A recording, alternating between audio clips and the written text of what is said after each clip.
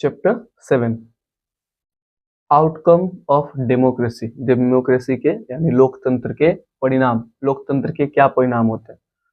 कुछ इंट्रोडक्शन जानते हैं।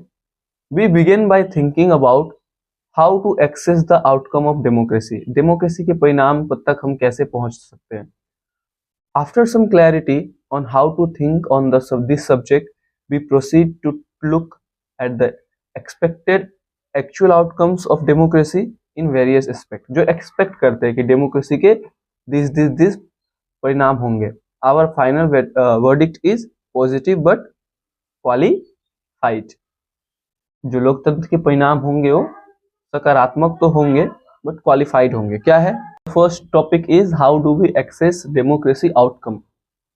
फर्स्ट पॉइंट जो इंपॉर्टेंट है यहां से मार्क करना है कि democracy is the better form of government when compare with dictatorship और any other alternative. First point, no doubt कि शासन की दूसरी प्रणाली यानी जो गवर्नेंस का दूसरा तरीका है जैसे कि डिक्टेटरशिप या किसी अल्टरनेटिव से, उससे तो डेमोक्रेसी एटलीस्ट बेटर ही है, नो डाउट। हाँ, तो समझे पहला टॉपिक कि democracy is the better form of government when compare with dictatorship और एनी अदर अल्टरनेटिव। किसी भी दूसरे टाइप के गवर्नमेंट से जो डेमोक्रेसी का गवर्नमेंट है, लोकतंत्र जो है वो अच्छा है, no doubt.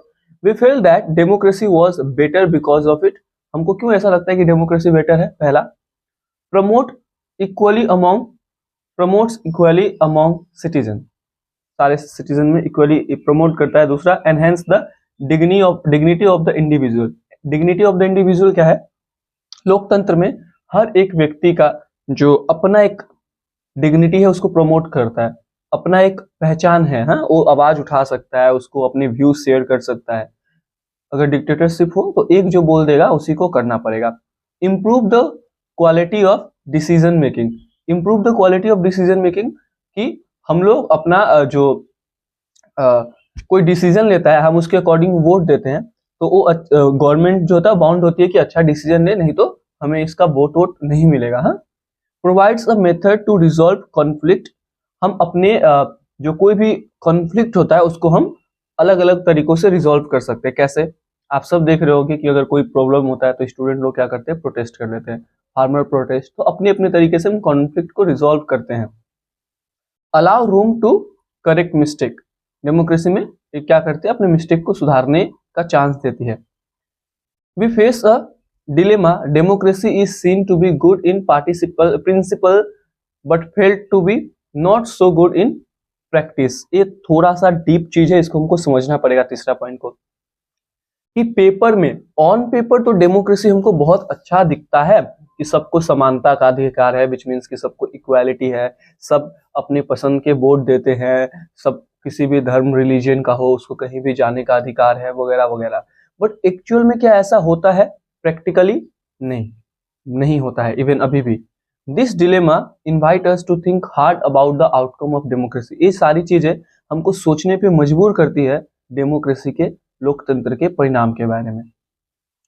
Our interest in a fascination of democracy often push us into taking a position that democracy can address all social, economical and political problem। ये सारी चीजें हमको सोचने पे मजबूर करती है कि क्या लोकतंत्र हमारे सभी सोशल, इकोनॉमिकल, सामाजिक, आर्थिक और राजनीतिक पॉलिटिकल प्रॉब्लम को क्या एड्रेस करती है। The first step towards thinking carefully about the outcome of democracy is to recognize that democracy is just a form of government। Democracy के आउटकम और बाकी सारी चीजें पहचानने से पहले हमको ये बात तो ध्यान में रखना होगा कि डेमोक्रेसी जो है just a form of government है। इसमें भी बहुत सारे प्रॉब्लम्स हो सकते हो और प्रैक्टिकली इसमें जो बहुत सारे प्रॉब्लम है वो है भी।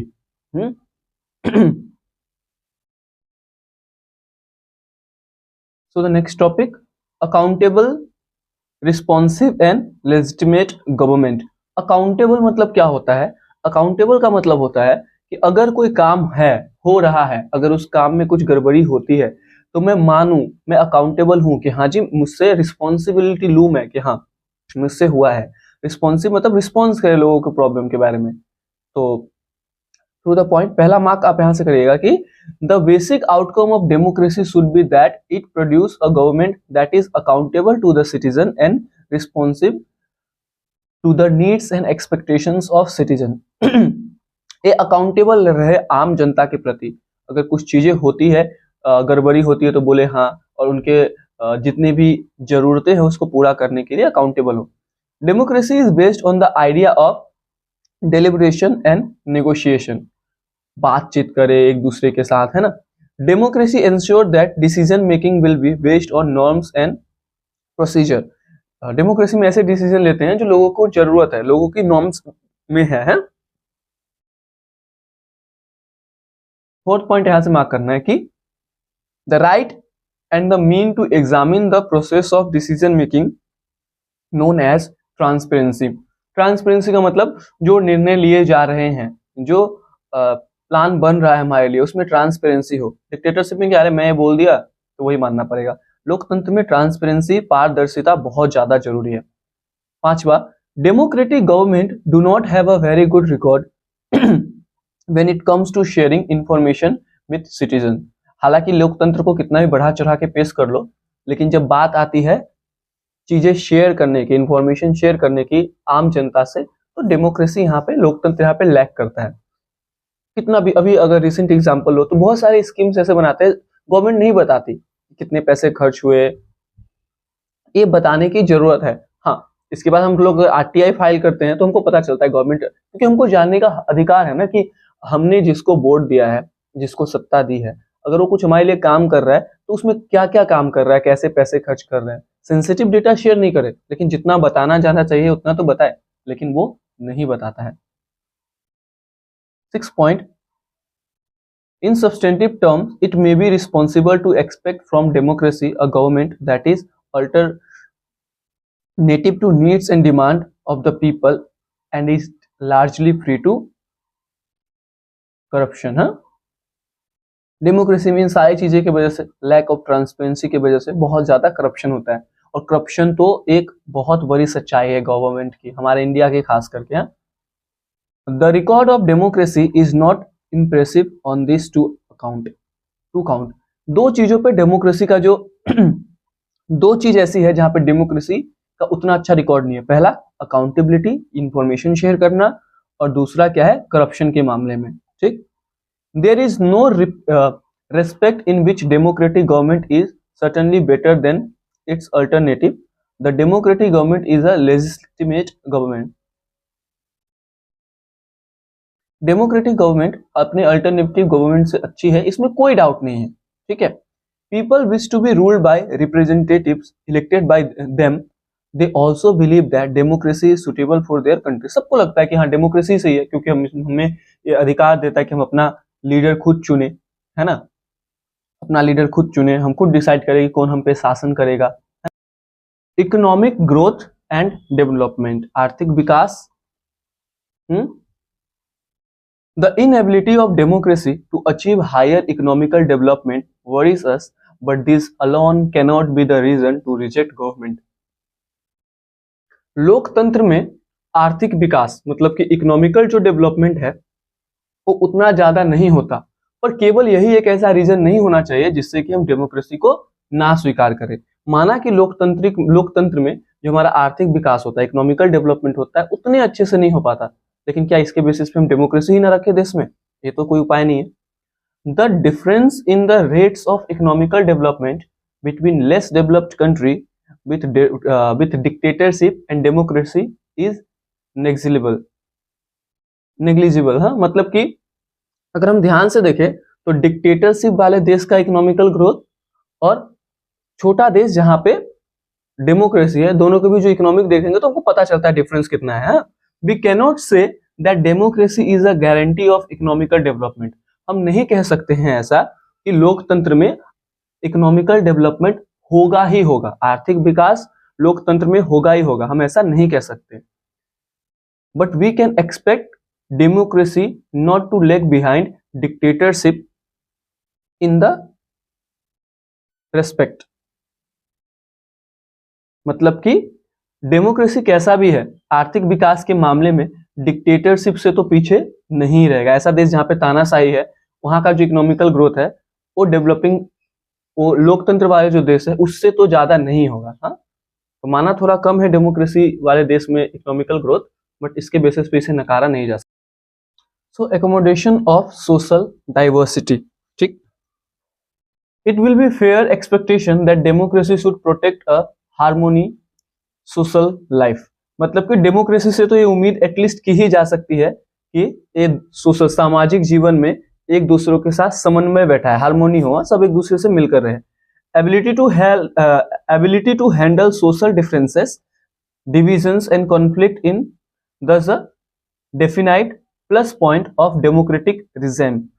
डेमोक्रेटिक रिजाइम, डेमोक्रेटिक का सबसे अच्छा एबिलिटी क्या है कि वो आपसी लड़ाइयाँ, भेदभाव, कॉन्फ्लिक्ट को बहुत अच्छे से सुलझा लेता है डेमोक्रेसी देश में।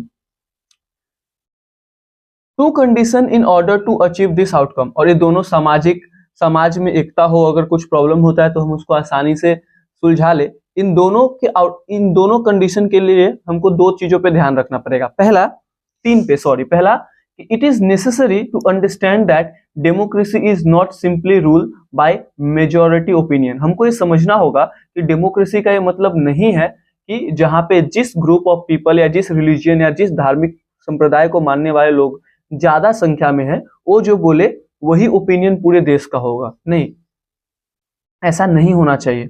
दूसरा, it is also necessary that rule by the majority does not became the rule by majority community in terms of religion, race और लिंग्विस्टिक ग्रुप।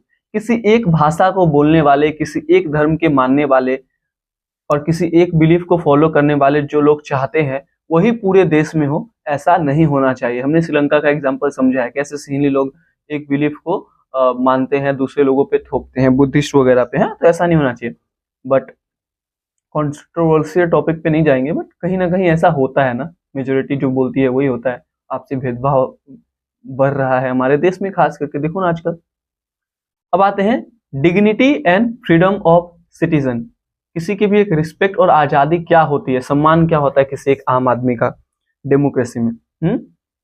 पहला पॉइंट, democracy stands much superior to any other form of government in promoting dignity and freedom of the individual.